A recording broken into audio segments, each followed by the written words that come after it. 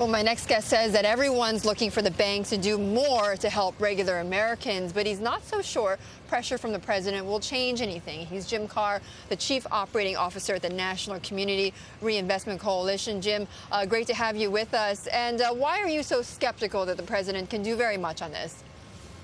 Well, on the actually the housing market, the challenge is that the home ownership affordability plan, the modification plan, has really, the foreclosures have changed their nature. And so they're now driven largely by unemployment, and they're driven largely by strategic default, meaning that so many households now, millions, have so much more on their mortgage payment than the actual value of the home, that the program that's in place right now just isn't up to task as it's designed.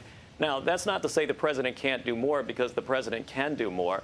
For example, the president could, in fact, go back to Congress and ask them to pass the changes to the bankruptcy code, which he requested at the time he launched the program, because that is the stick that's part of the program that's missing. And so there are all sorts of incentives for the servicers, but there's not a stick. There's not something that tells the servicers that if they're non-compliant, that the decision to modify will be taken out of their hands and given to a third party who will look at what's in the best interest of both the investor and the consumer and resolve the problem. Jim, this is Peter Cook here, and as you know, the House had a chance to vote on that cram-down legislation just the other day. It went down. It doesn't look like there's a real prospect for that in Congress right now. So when the president sits down with these bankers here and asks them about the modification, does he have ammunition to say, listen, you need to be doing more on that front, or is the argument more with the bankers? They're doing what they can, but currently the programs set up, at least by the federal government, aren't serving the right purpose. Right. So, so part of it, as I said, is the nature of the foreclosure crisis has changed. But remember that a major part of it is that the servicers still are not doing all they can. So that's just it's a reality, and he can ask them to do more, but they've been asking, the Treasury's been asking, both under this administration and the prior administration, going all the way back to December of 2007, to do more.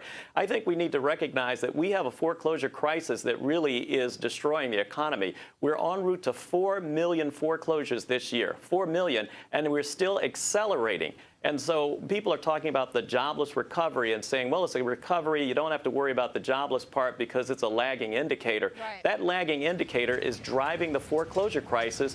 And one of the reasons that the banks aren't lending is that they know that we are en route to more potentially catastrophic losses. Jim, okay, so we've got the idea on what Obama could do, what more he could do.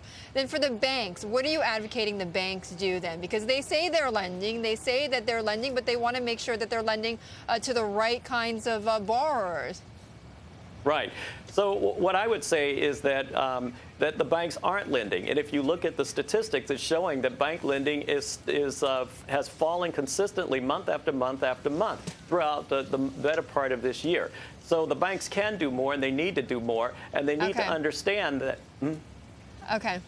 Okay, Jim, you know, we've got to leave it there because we're coming up towards the end of the program. But thank you so much, Jim, for joining us. Jim Carr of the National Community Reinvestment Coalition.